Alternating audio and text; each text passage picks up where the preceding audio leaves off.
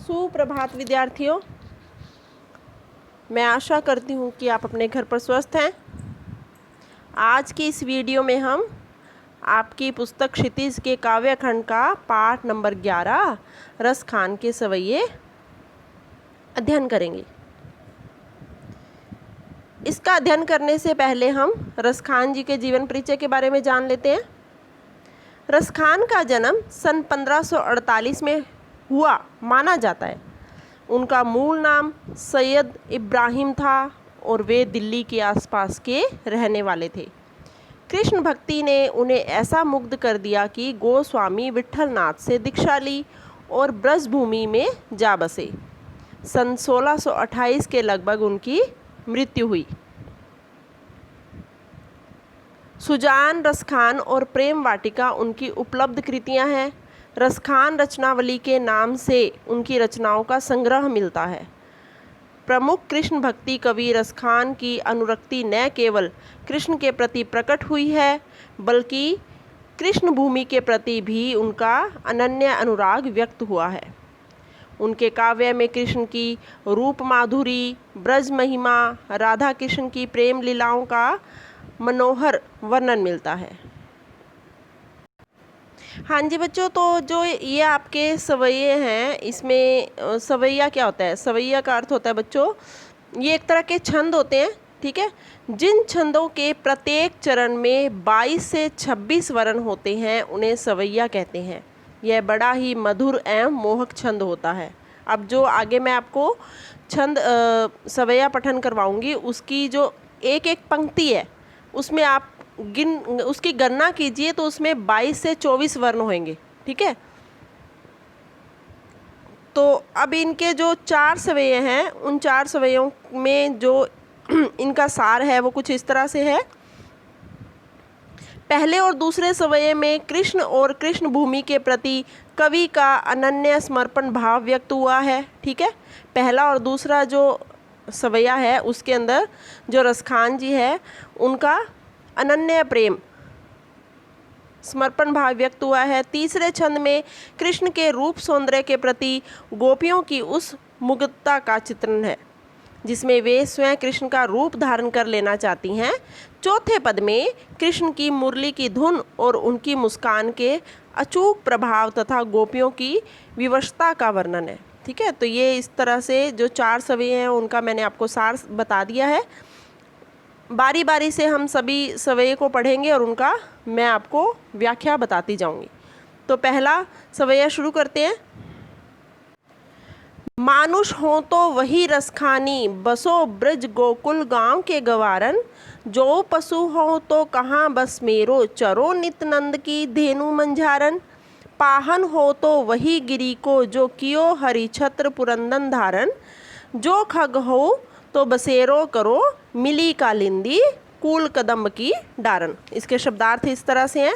मानुष मनुष्य, बसो बसना, ठीक है, गवारन गवालों के मध्य, पशु यानी कि पशु, कहा बस वश में रहना, चरो मतलब चरता रहूं, धेनु गाय, मंझारन बीच में। तो पहली 2 पंक्तियां हैं, मैंने आपको इसके शब्दार्थ बता दिए। मानुष हो तो वही रसखानी, बसो ब्रज गोकुल गांव के गवारन। जो पशु हो तो कहाँ बस मेरो, चरो नित नंद की धेनु मंझारन।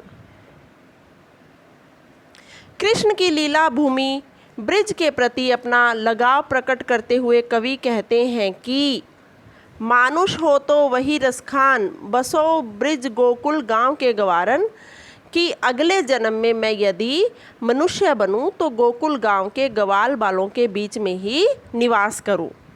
जो पशु हो तो कहाँ बस मेरो, चरो नित नंद की धेनु मंजारन। मंजारन यानी बीच में, धेनु यानी गाय, अभी मैंने आपको बताया, ठीक है। चरो यानी चरता रहूं। फिर वे आगे कहते हैं कि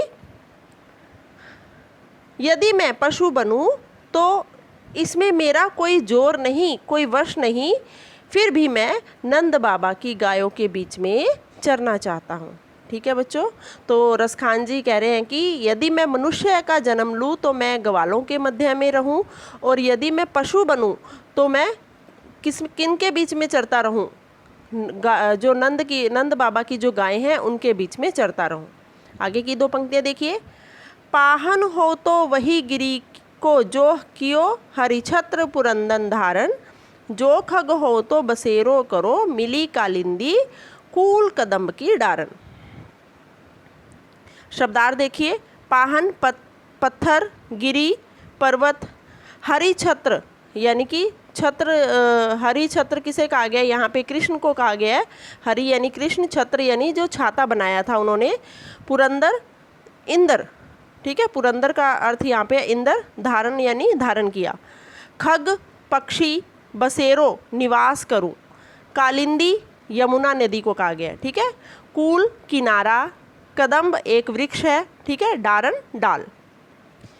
वे आगे कहते हैं कि यदि मैं पत्थर बनूं, ठीक है, पाहन हो तो वही गिरी को जो कियो हरिछत्र पुरंदन धारण, यदि मैं पत्थर बनूं तो उसी गोवर्धन पर्वत का पत्थर बनना चाहता हूं जिसे कृष्ण ने अपनी उंगली पर धारण कर लोगों को इंद्र के प्रकोप से बचाया था।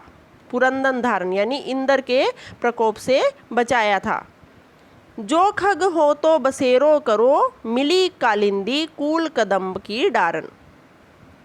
वे कह रहे हैं कि यदि मैं पक्षी बनूं तो उसी कदम्ब के पेड़ पर बसेरा बनाऊं जो यमुना नदी के किनारे है, जहां श्री कृष्ण अपनी लीलाएं करते थे, ठीक है। तो अब आपको समझ में आ गया होगा बच्चों। ये इसमें पहले रसखान कह रहे हैं कि यदि मैं मनुष्य बनूं तो ग्वालों के मध्य रहूं, ठीक है, यदि गाय पशु बनूं तो गांव नंद बाबा की जो गायें हैं उनके बीच में चरता रहूं, यदि मैं पत्थर बनूं तो उस पत्थर का टुकड़ा बनूं जो जिसे श्री कृष्ण ने अपनी उंगली पर धारण किया था, ठीक है, और यदि मैं पक्षी बनूं तो उसी कदम्ब के पेड़ पर निवास करूं, बसेरा करूं, जो पेड़ किसके किनारे है? यमुना नदी के किनारे, और जहां श्री कृष्ण लीलाएं करते थे। तो बच्चों ये मैंने आपको पहला सवैया अध्ययन करवाया है। मैं आशा करती हूँ कि आपको अच्छा लगा होगा। धन्यवाद।